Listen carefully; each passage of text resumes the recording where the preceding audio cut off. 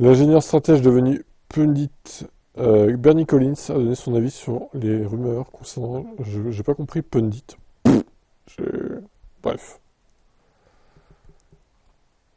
Alors, Collins travaille maintenant en tant que pundit. La femme originaire d'Irlande du Nord a d'abord exprimé son souhait d'être une mouche sur le mur et de voir ce qui se passerait durant toutes ces discussions et négociations. Pourquoi n'avons-nous pas un Drive to Survive où l'on pourrait observer les négociations des pilotes et voir qui fait quoi et ce qui se concrétise réellement dans l'année à venir ou les suivantes?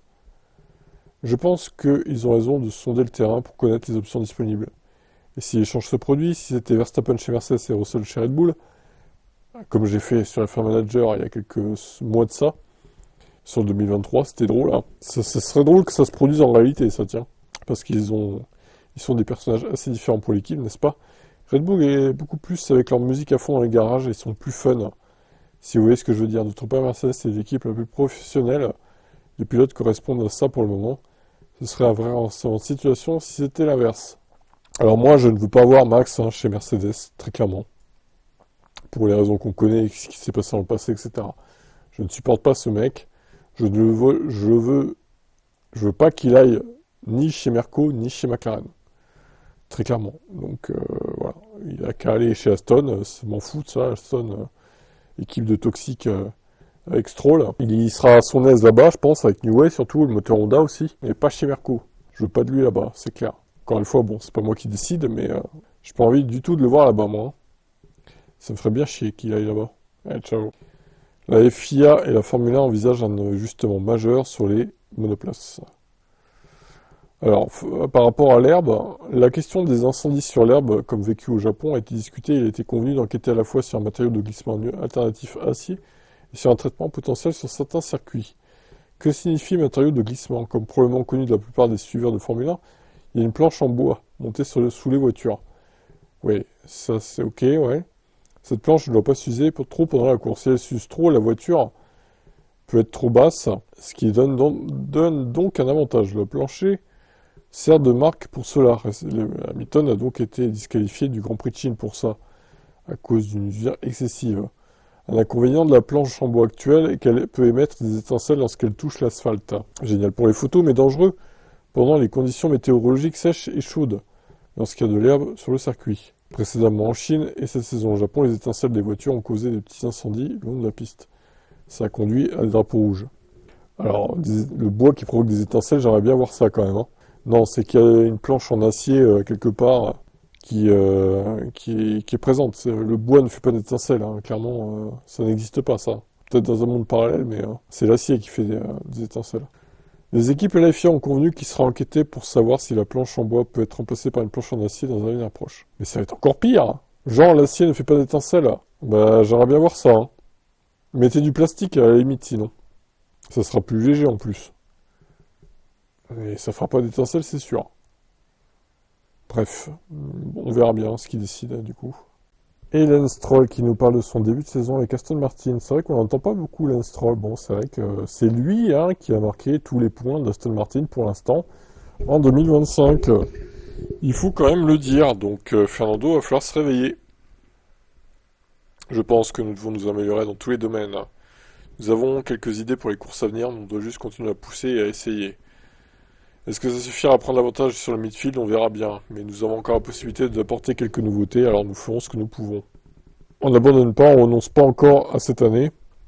Tout le monde n'est pas encore démotivé. Mais bon, à mon avis, si ça continue encore comme ça, 5-6 courses, c'est mort, hein. Ils abandonneront 2025 pour se concentrer exclusivement sur 2026. Il y a des années où c'est plus difficile que d'autres, certaines années où on a des bonnes voitures, on se bat toujours. Je crois qu'il y a 2 ans, quand nous étions ici après le premier tour, nous étions premier, troisième ou quatrième, ou quelque chose comme ça. Et je me battais pour une place sur le podium avant que le moteur tombe en panne. 2 ans plus tard, vous vous battez pour la P16. Il faut toujours tout donner, continuer à pousser, les choses changent vite. On est encore au début de l'année, on va faire ce qu'on peut. L'année prochaine, cependant, il y aura aussi un grand changement de règles.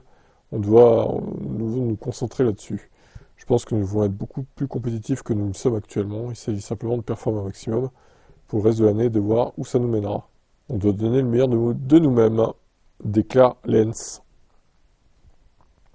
Moi, ce qui me ferait rire, c'est qu'au final, les Aston à la régulière, elles n'arrivent plus à marquer de points de l'année. et que ce soit que lui qui ait marqué les points d'Aston Martin en 2025. 10 points. Qu'Alonso ne marque aucun point. Alors là, ce serait vraiment cocasse, hein. Bon, honnêtement, je pense qu'il arrivera quand même à marquer quelques points Alonso et qu'il dépassera Stroll, même, à la fin de l'année, mais si c'est pas le cas, attention quand même. Ce serait terrible pour Alonso, moralement parlant. Bon, après, honnêtement, vu son âge, je pense qu'il s'en bat un peu les steaks, il attend 2026 avec impatience. On verra. Alors, le Grand Prix de Madrid a sorti une vidéo du circuit, en virtuel évidemment. Voyons ce que ça donne. Alors, ça fait 1 minute 44 le tour. C'est pas si énorme, on va baisser un peu le son.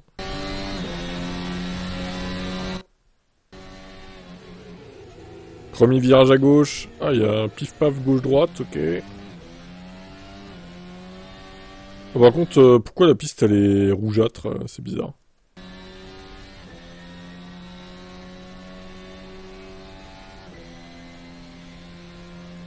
Le Madring, ils appellent ça. Bon, le deuxième virage, oh là là, mais c'est quoi ça? Ok.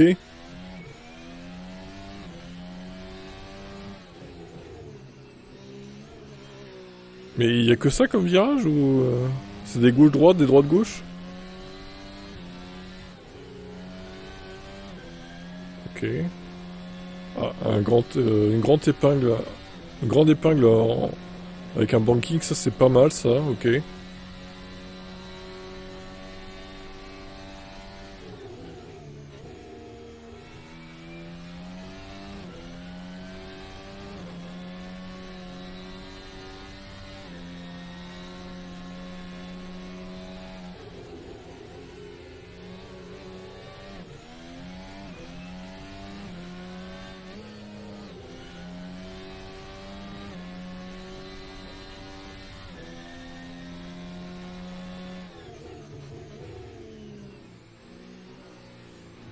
Je sais pas c'est quoi le jeu, mais on dirait Assetto Corsa peut-être. Le mec il roule moyennement bien quand même, hein.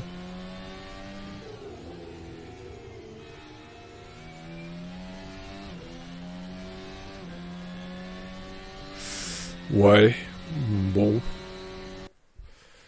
C'est pas trop mal, après je suis pas comme un fou non plus avec le tracé. J'aime bien le banking qui fait une énorme épingle là. Le banking, ouais, super spectaculaire. Peut-être beaucoup de dépassements dans ce banking. Le reste, bah, c'est circuit en ville quoi en fait, hein, donc rien de palpitant non plus. Maintenant, on va voir ce que ça donnera dans la réalité. Et ça arrive dès l'année prochaine. Ne l'oublions pas. À la place de quel circuit, on va voir. Ciao.